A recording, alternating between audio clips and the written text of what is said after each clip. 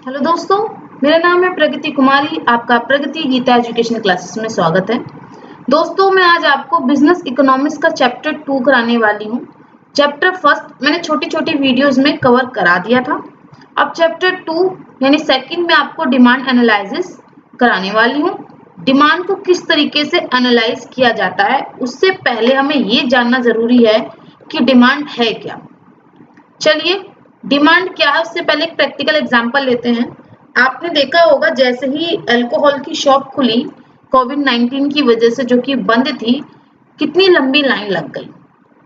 अब एक बात बताइए, जब अल्कोहल की शॉप नहीं खुली थी तो क्या लोगों की इच्छाएं पीने की नहीं थी, या उनके पास पैसे नहीं थे? सब था, लेकिन उस समय टाइम नहीं था उस तरीके का कि वो दुकानें खुल सके, या उस तरीके का इन्वायरमेंट नहीं था। है तो अभी भी नहीं, लेकिन स्टिल मान लीजिए कि नहीं था। तो क्या हुआ, उनकी इच्छा भी है, उनकी योग्यता है, सब कुछ है, लेकिन क्या वो खरीद सकते हैं? नहीं खरीद सकते, क्योंकि प्राइस ऑफ टाइम नहीं था उस समय का, वो टाइम नहीं था कि वो खरीद सके। तो जब भी हम डिमांड की बात करेंगे तो हम क्या बात करेंगे? डिमांड ऑफ गुड्स और सर्विस, यानी गुड्स भी ऑर्डर चाहिए या सर्विस, यानी हमें क्या होना चाहिए, उस क्वांटिटी तो होनी चाहिए जिस चीज की हमें डिमांड कर रहे हैं। जो भी चीज हमें चाहिए उस चीज की क्वांटिटी तो होनी चाहिए, चाहे वो गुड्स की हो चाहे वो सर्विस की हो।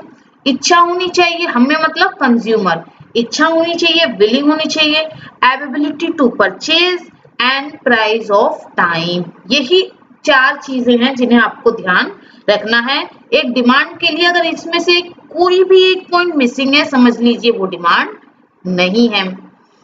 अब यहाँ पे अगर आप पढ़ना चाहते हैं तो पढ़ सकते हैं। Demand refer to the quantity of goods and service that consumer are willing and available to purchase at various price of time।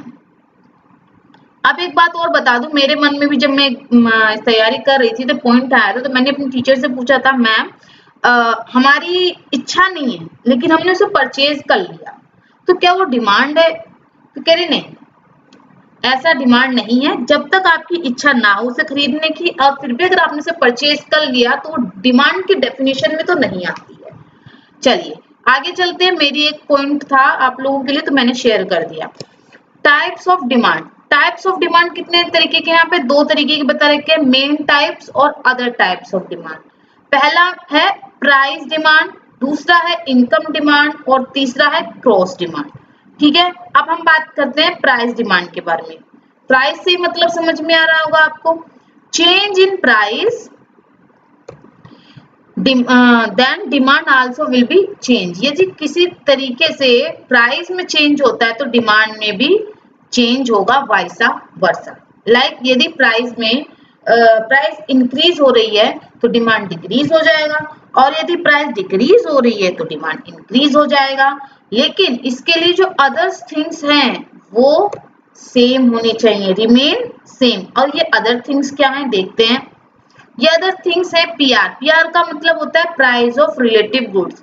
जिस भी प्राइस को हम क्या कर रहे हैं, जिस भी गुड्स को हम खरीद रहे हैं उससे रिलेटेड गुड्स का प्राइस में कोई चेंज नहीं होने चाहिए, कोई इनकम में चेंज नहीं होनी चाहिए, किसी तरीके के टेस्ट और प्रेफरेंसेस में चेंज नहीं होने चाहिए। ये सब चीजें सेम होनी चाहिए, तब जाके ये प्राइस डिमांड का जो लॉ है लागू होगा। चलिए नेक्स्ट टॉपिक पे चलते हैं जिसका नाम है इसे ही देख लीजिएगा जरा। Price demand have A inverse relation. आप भी देख रहे हैं कि प्राइस के बढ़ने से डिमांड कम और प्राइस के घटने से डिमांड ज्यादा हो रही है, तो इनवर्स रिलेशन हो गया। अब इसका जो कर्व है वो नेगेटिव ही बनेगा। देखो इनवर्स रिलेशन है तो पॉजिटिव तो बनेगा नहीं, नेगेटिव ही बनेगा। तीसरा कि जो इसका स्लोप जो होता है ना, वो क्या बनेगा, डाउनवर्ड स्लोप बनेगा फ्रॉम लेफ्ट टू राइट। अगर ये आपको समझ में नहीं आ रहा है तो कोई बात नहीं, अगले लेक्चर में मैं आपको पूरा ग्राफ के साथ ये सारे पॉइंट्स क्लियर करा दूंगी। इतना आपको अब ये ध्यान रख लीजिएगा। नेक्स्ट पॉइंट पे चलते हैं, घबराइएगा नहीं, फिर भी मैं आपको नेक्स्ट पॉइंट समझाती हूँ। Next income demand. Income demand क्या होता है? Change in demand due to change in income. अगर आपकी इनकम में चेंज होता है जिसके कारण आपकी डिमांड में चेंज होता है तो उसे बोलते हैं इनकम डिमांड। लेकिन वही है, अदर चीजें आपकी सेम होनी चाहिए। इसमें दो टाइप्स के गुड्स होते हैं बेटा, पहला होता है नॉर्मल गुड्स और एक होता है इंफीरियर गुड्स।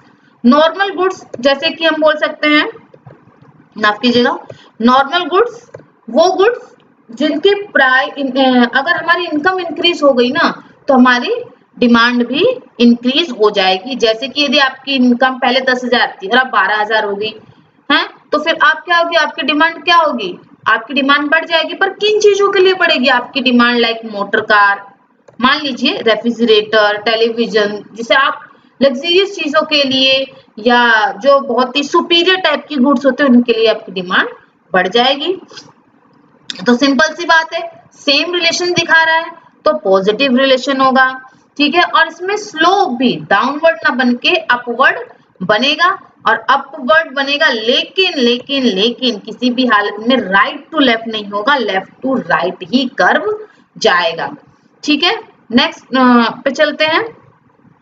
मैं यहाँ पे कर्व इसलिए नहीं बना पा रही क्योंकि आई हैव नो पेंसिल वगैरह कुछ नहीं है, तो इसलिए मैं आपको खुद पर्सनली इस पे बना के दिखाऊंगी, तो आप ये चिंता मत कीजिएगा। इंफीरियर गुड्स क्या होता है, इंफीरियर गुड्स है घटिया टाइप का माल। जब हमारी इनकम इंक्रीज होती है ना तो उसकी डिमांड डिक्रीज हो जाएगी। अरे भाई, जब आपकी इनकम अच्छी होगी तो आप घटिया सामान तो नहीं खरीदोगे। आप घी खरीदने गए, आपकी इनकम बढ़ गई तो क्या आप डालडा खरीदोगे? जी नहीं, हम तो देसी खरीदेंगे। अच्छे फूड्स का यूज करोगे ना, जवार जैसे फूड्स का यूज तो नहीं करोगे। सिंपल सी बात है। अब इसी पॉइंट में आप देख लीजिए, इससे क्या हो गया, नेगेटिव रिलेशन बन गया, ठीक है। और स्लोप कैसा बन गया, downward from left to right. चलिए नेक्स्ट पॉइंट पे चलते हैं, जिसका नाम है, तीसरी डिमांड थी क्रॉस डिमांड। क्रॉस डिमांड क्या होती है, यदि change in demand due to change in relative goods price, यानी कोई भी गुड्स है उसका प्राइस चेंज होता है तो उससे रिलेटेड गुड्स की डिमांड पे जो असर दिखाई देगा उसे कहेंगे क्रॉस डिमांड।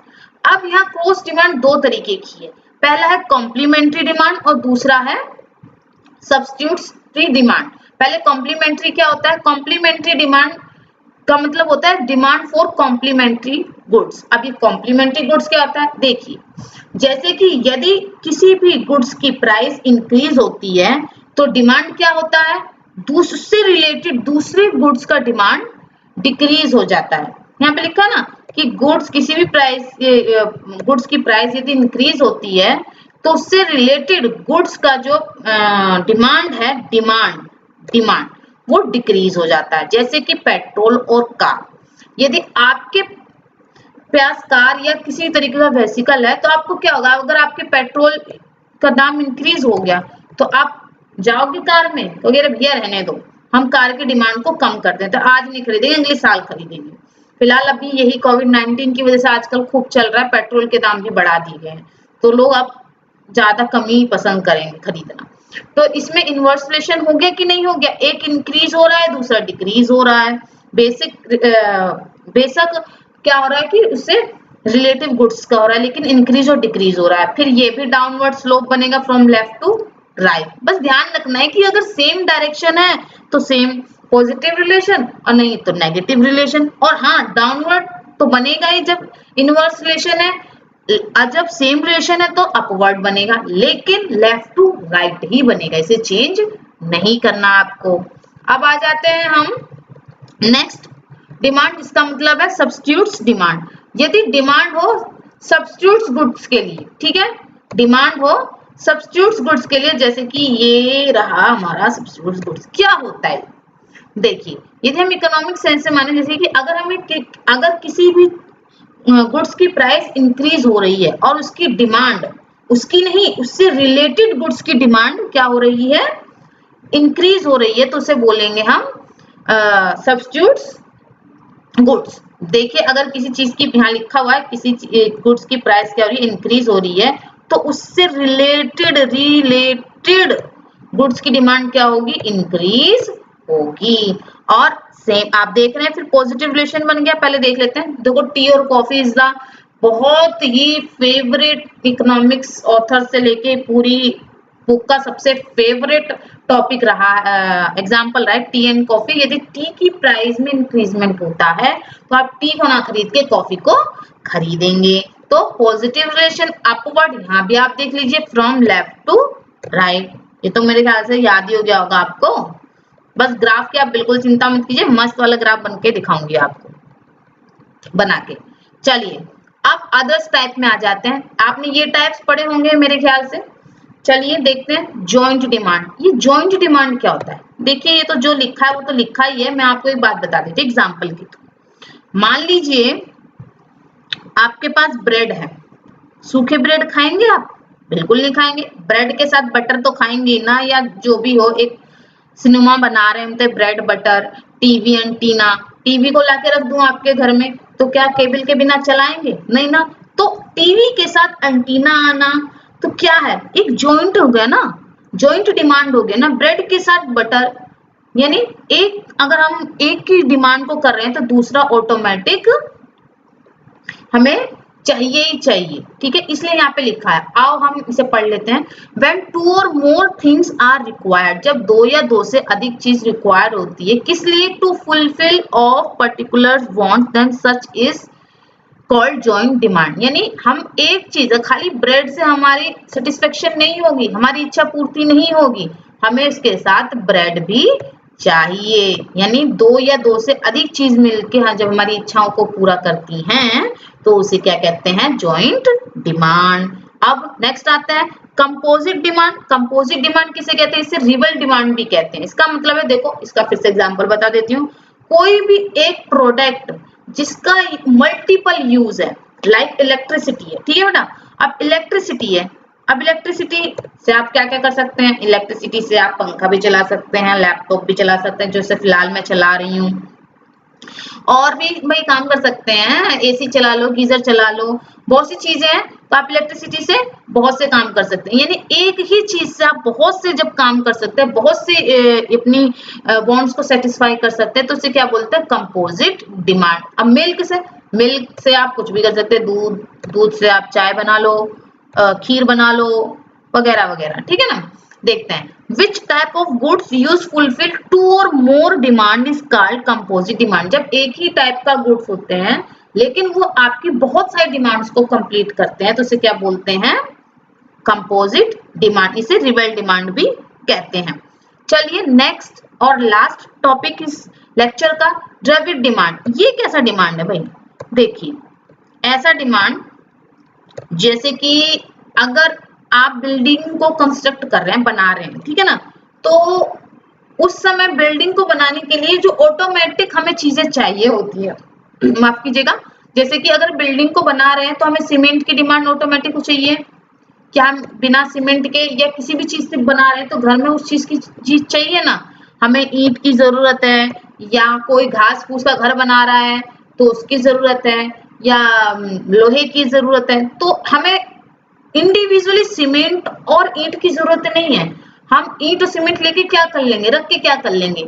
हमारी इनकी जरूरत जब पड़ती है, जब हमें क्या जरूरत पड़ती है? बिल्डिंग बनाने की जरूरत पड़ती है, तब हमें इसकी जरूरत या ये डिमांड ऑटोमेटिक खींची चली आती है। देखिए हो गया। अब इसका पढ़ लेते हैं।